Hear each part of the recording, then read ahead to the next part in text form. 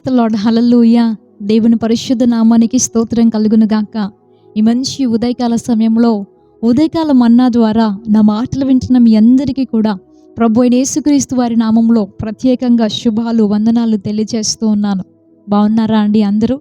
దేవుని యొక్క మహాకృప మనందరికీ కూడా తోడయుండును గాక. సాధారణంగా ప్రతి మనిషి జీవితంలో గుండెల్ని చీల్చివేసే బాధలు ఎదురవుతూ ఉంటాయి కదా. ఇప్పటికే ఎన్నో వచ్చుండొచ్చు. ప్రతి మనిషి జీవితంలో ఇలాంటి అనుభవాలు తప్పకుండా ఉంటాయి, గుండెల్ని చీల్చివేసే బాధలు. అప్పుడు ప్రార్థించే వారికి, ముఖ్యంగా క్రైస్తవులు విశ్వాసులు అనబడే వారికి ఎంతో ఎక్కువైన బాధ కలుగుతుంది. ఎన్నో సందేహాలు హృదయంలో పుడుతూ ఉంటాయి, ఎన్నో క్వశ్చన్స్ వస్తూ ఉంటాయి, ప్రశ్నలు. నాకే ఎందుకు ఇలా జరగాలి? నా ఆశలు ఎందుకు నెరవేర్చబడడం లేదు? దేవుడు నా ప్రార్థన వింటున్నాడా? దేవునికి నేను జ్ఞాపకంలో ఉన్నానా? దేవుడు నన్నేమన్నా మర్చిపోయాడా? నేను తట్టుకోలేనటువంటి బాధ ఈరోజు నాకు కలిగిందే, నా గుండెల్ని చీల్చివేస్తున్నంత బాధ నాకే ఎందుకు కలిగింది అని ఇలాంటి ప్రశ్నలు, సందేహాలు, బాధ, వేదన ఎవరికీ తెలియకుండా రహస్యంగా దుప్పటి కప్పుకొని కన్నీరు కార్చిన అనుభవాలు కూడా ఉండే ఉంటాయి కదా. అయితే ఎడారిలో సెలయేరు అనేటువంటి ఒక పుస్తకం మీ అందరికీ తెలిసే ఉండవచ్చు. అనుదినం కూడా ఆత్మీయంగా ఒక వ్యక్తి బలపరచబడ్డానికి ఎంతగానో ఒక విశ్వాసికి తోడ్పడే మంచి పుస్తకం అది. అందులో నేను చదువుతున్నప్పుడు ఒకసారి నాకు ఒక మాట ఇలా కనిపించింది. ఈరోజు గుండెలను చీల్చివేసే బాధలే రేపు హల్లెలూయా స్తుతి పాటలకు కారణాలవుతాయి అని. దేవుని నామానికి స్తుతి కలుగును గాక. హల్లెలూయా.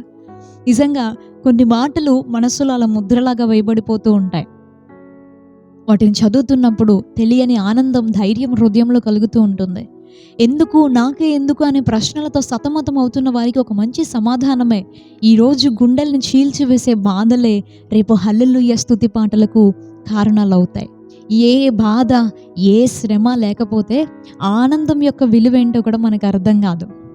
అన్నిటికంటే ప్రాముఖ్యంగా దేవుని యొక్క శక్తి, దేవుని యొక్క మహిమ, ఆయన ఎలాంటి ఆశ్చర్య కార్యములు చేయగలిగిన వాడో మనకి తెలియాలి అంటే, లేదా మన చుట్టూ ఉన్నటువంటి ప్రజలకి తెలియాలి అని అంటే మనకి బాధ కలగాలి, మనకి వేదన కలగాలి. ఆ సమయంలో మనం ఆయన మీద ఆధారపడినప్పుడు ఆయన ఒక అద్భుతమైన కార్యాన్ని చేస్తాడు. ఆ కార్యాన్ని గురించి మనం ప్రజల ఎదుట వివరిస్తూ ఉన్నప్పుడు ఆయన నామానికి ఎంత మహిమ కలుగుతుంది, ఆయన యొక్క ప్రభావము, శక్తి ఎంత ప్రత్యక్షపరచబడుతూ ఉందో. దేవునికి స్తుతి కలుగును గాక. హల్లెలూయా. ఒకవేళ ఈ మాటలు వింటున్న ఈ సమయంలో మీ గుండెల్ని చీల్చివేసే బాధల్ని ఏదైనా మీరు ఎదుర్కొంటూ ఉన్నట్లయితే బాధపడకండి. ఈరోజు గుండెల్ని చీల్చివేస్తున్న ఈ బాధలే రేపు ప్రజలందరి ఎదుట నిలబడి నా దేవుడు ఎంత గొప్ప కార్యం చేశాడు, ఇలాంటి వేదనల నుండి దేవుడు నన్ను విడిపించాడు అని ఆయన నామ మహిమ గురించి సాక్ష్యం ఇవ్వడానికి, ఆయన చేసిన మేలుల్ని తలంచుకుంటూ హల్లెలూయా స్తుతి పాటలు పాడడానికి కారణాలు అవుతాయి. దిగులు పడకండి, ధైర్యంగా ఉండండి. పరిశుద్ధ గ్రంథంలో ఇశ్రాయేలు ప్రజల్ని దేవుడు ఐగుప్తు దేశం బానిసత్వంలో నుండి విడిపించి బయటకు తీసుకొచ్చిన తర్వాత వారికి ఎదురైన మొట్టమొదటి ఆటంకము ఎర్ర సముద్రం. ఆ శ్రమ నుండి ఏ వ్యక్తి కూడా విడిపించలేరు. దైవజనుడైనటువంటి మోషే గారు నిజంగా ఆ ఎర్ర సముద్రం దగ్గరికి వారిని తీసుకొని వచ్చినప్పుడు ఎంతో కృంగిపోయారు. వాళ్ళందరూ ఎంతో సణిగారు, గొణిగారు, సందేహపడ్డారు. ఈ మార్గంలోనే మనం ఎందుకు వెళ్ళాలి, ఈ మార్గంలోకి అసలు మనం ఎందుకు రావాలి అని ఎన్నో అన్నారు. కానీ ఇది దేవుడు చెప్పిన మార్గం అని ఆ దైవజనుడు అలాగే నిలబడి ఆ రాత్రంతయు కూడా ప్రార్థన చేస్తూనే ఉన్నారు. దేవుని మాటకి లోబడే వ్యక్తి అండి, ఎలాంటి ఆటంకాలు ఎదురైనా అది ఎంత ఘోరమైనటువంటి బాధను కలిగించిందైనా దేవునికి ప్రార్థనే చేస్తారు. హల్లెలూయా.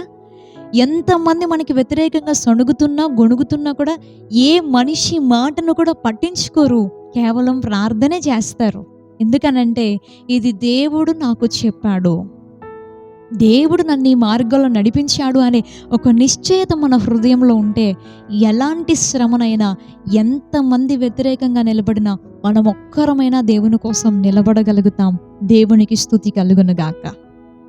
దైవజనుడైనటువంటి మోషే గారు అలాగే నిలబడి ఆ రాత్రంతా ప్రార్థన చేసినప్పుడు ఆశ్చర్యకరమైనటువంటి రీతిలో దేవుడు ఎర్ర సముద్రాన్ని 2 పాయలుగా చేసి ఇశ్రాయేలు ప్రజలందరూ కూడా దాటి అద్దరికి వెళ్ళడానికి ఆరిన నేలను వారికి మధ్యలో దారిగా ఇచ్చారు. మనందరికీ తెలిసినటువంటి విషయము, ఎన్నో మార్లు మనందరం కూడా ధ్యానించుకున్నటువంటి విషయమే. అయితే నేను ఈ సందర్భం ద్వారా నేను ఏం చెప్పాలి అనుకుంటున్నాను అనంటే, ఎప్పుడైతే ఇశ్రాయేలు ప్రజలు వారు ఆ మార్గాన్ని దాటి సముద్రపు అద్దరికి వెళ్ళారో, వారిని తరుముతూ వచ్చిన ఐగుప్తు దేశపు సైన్యం అంతా కూడా వీరితో పాటు ఎర్ర సముద్రం దాటాలని సముద్రంలోనికి రాగానే దేవుడు ఎలాగా ఆ పాయలైనటువంటి ఎర్ర సముద్రాన్ని మూసేసి శత్రు సైన్యం అంతటిని కూడా ఆ సముద్రంలో ఎలా నశించిపోయేలాగా చేశారో, ఇదంతా చూసినప్పుడు, ఈ కార్యాన్ని ఇశ్రాయేలు ప్రజలు చూసినప్పుడు వారు ఏం చేశారో తెలుసా? కీర్తనలు పాడుతూ దేవుని స్తుతించారంట. ఒక కీర్తన పాడారు అని రాయబడి ఉంటుంది. నిర్గమకాండ గ్రంథం 15వ అధ్యాయం 1వ వచనంలో రాయబడి ఉంటుంది.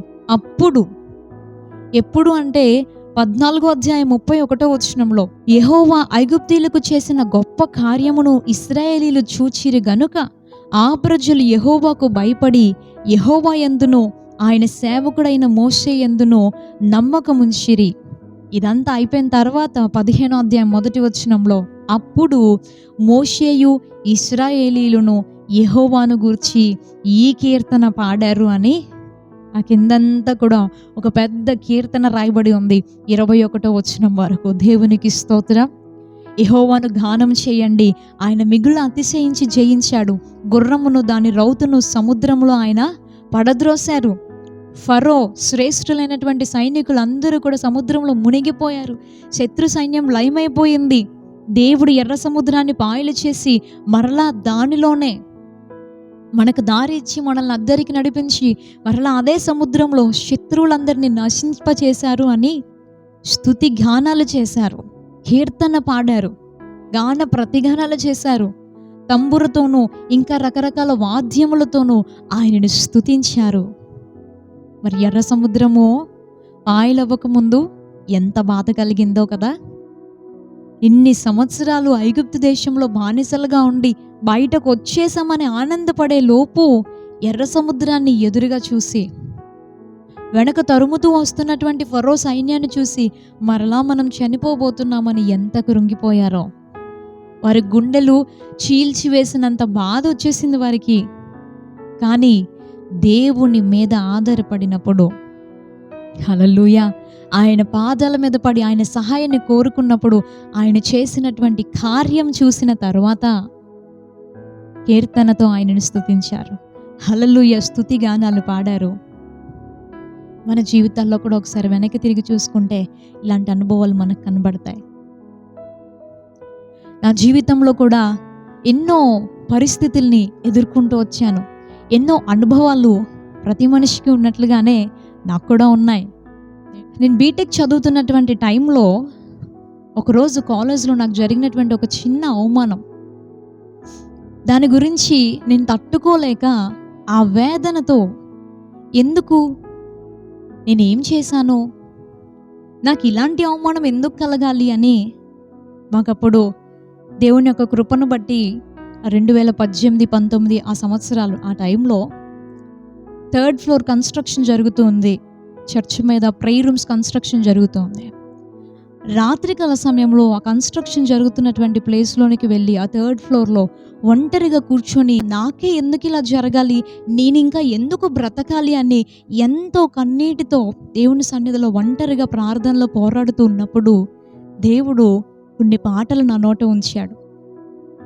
ఆ పరిస్థితిలో, ఆ యొక్క మానసికమైనటువంటి గాయాలు కలిగినటువంటి స్థితిలో, నీ ప్రేమ ఉంటే చాలు యేసయ్యా, ఎవరు వద్దన్నా ఎవరు కాదన్నా నీవు నన్ను కావాలనుకున్నావు, నీవు నన్ను కోరుకున్నావు అని ఒక పాట. నా పైన అందరూ విడిచిన వేళ శ్రద్ధ చూపించావు. నీ ప్రేమకు నేను ఏమివ్వగలను? వందనాలయ్యా, నా కన్నీరు తుడిచినందుకు, నాకు అండగా నిలిచినందుకు అని మరొక పాట. ఇలా చూస్తూ వెళ్తే కొన్ని పాటలు ఈ రోజున అనేక మంది ఆదరణకై వాడబడటాన్ని చూసి నేను సంతోషంతో దేవుని స్తుతిస్తాను. నా గొప్ప కొరకు కాదు కానీ దేవుని నామ మహిమ కొరకు చెబుతున్నాను.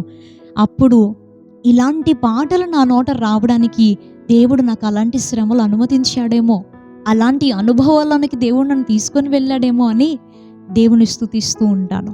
ఈ మాట చదివినప్పుడు నా జీవితంలో జరిగిన అనుభవాలే నాకు జ్ఞాపకం వస్తూ ఉంటాయి. ఈరోజు గుండెను చీల్చివేసిన బాధలు రేపు హల్లెలూయా స్తుతి పాటలకు కారణమవుతాయి. మీరు ఆ పరిస్థితిలో ఉన్నట్లయితే దేవుడు కూడా తప్పకుండా ఈ కార్యాన్ని మీ జీవితంలో చేయగలడు. మీ నోట స్తుతి గానాలు ఆయన ఉంచగలడు. ఆయన కొరకు సాక్షులుగా ఆయన నిలపగలడు. దైవాశీర్వాదాలు మనందరికీ కలుగును గాక. ప్రార్థన చేసుకుందాం. పరిశుద్ధుడా, ప్రేమగల తండ్రి, నమ్మదగిన దేవానికి స్తోత్రం.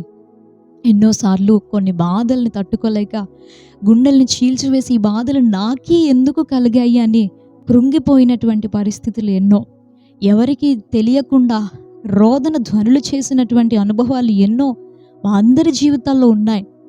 నీపైన ఆధారపడుతూ ఉన్నామయ్యా. నీపైన ఆధారపడిన ప్రతి సమయంలో మా పక్షంగా నిలిచినందుకు నీకు వందనాలు తండ్రి. నీవు చేసిన కార్యాలు అనేకులు ఎదుట సాక్ష్యం ఇవ్వడానికి, అనేకులని ఆదరించడానికి మమ్మల్ని వాడుకున్న విధానం కొరకు నీకు స్తోత్రం డాడీ. ఈ సమయంలో గుండెల్ని చీల్చివేస్తున్న బాధలతో ఎవరైనా కృంగిపోయి ఉన్నట్లయితే వారికి నీ సహాయము దయచేయండి. నీ ఆదరణ, ధైర్యాన్ని దయచేయమని అడుగుతూ ఉన్నాను. నీ కార్యం చేయమని అడుగుతున్నామయ్యా. ప్రభువా, నాకు నీ సహాయం కావాలి అని ఎవరైతే ఈ ప్రార్థనలో నాతో కలిసి ఏకీభవిస్తున్నారో వారందరి జీవితాల్లో నీ అద్భుత కార్యాలు జరుగును గాక. ఈరోజు వారు ఎదుర్కొంటున్నటువంటి బాధలే రేపు వారి జీవితాల్లో గొప్ప సాక్ష్యాలుగా మారును గాక. వారి నోట స్తుతి గానాలు వినిపించినట్లుగా ఈరోజు వారు ఎదుర్కొంటున్నటువంటి శ్రమలే కారణాలగును గాక అని ప్రార్థిస్తూ నీ సన్నిధి తోడుగా ఉంచి ఈ దినమంతా నీ కృపా కాపుదల క్షేమాన్ని మాకు అనుగ్రహించి దీవించమని యేసు నామములో ప్రార్థన అడుగుతున్నాం పరమ తండ్రి. Amen, amen. ప్రభువైన యేసుక్రీస్తు వారి నామంలో మీ అందరికీ మరొకసారి వందనాలు తెలియజేస్తూ ఉన్నాను. రేపు ఉదయం ఇదే సమయానికి ఉదయకాల మన్నాలో మనం కలుసుకుందాం.